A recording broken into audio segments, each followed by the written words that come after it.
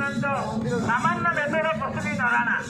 धर्म ही देशा अधिक विशेष धर्महीन पशु भी समान गोटे पशु और मनीष भितर कौन तफात पशु जपरी खाद्य ग्रहण करण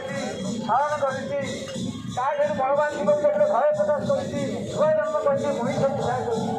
चारोटी जिस मनीष पशु आगे सामान चारोटी जिस भितर आम जीवित रहा ताल आम पशु तेणु भगवान आमको जिते ज्ञान देते मनीष ज्ञान देते परस्पर भल पाइबा स्नेह सदा करवा दिन था प्रत्येक परिवार परस्पर मध्य स्नेह सदा शांति था तार एकमात्र कारण होती पूर्व संस्कृति पूर्व ऐतिह्य चलते जगन्नाथ तले चलते प्रत्येक सन्धान भागवत पढ़ुते जहाँफल परिवार परस्पर स्नेह सदा था वैकुंठ समान आहा अटे से घर परस्पर स्नेह नई थाए निरंतर बोली कहुला किंतु आज से चेतना दूरे जाते जगन्नाथ तल दूरे जाते भगवान निर्देशित मार्ग भागवत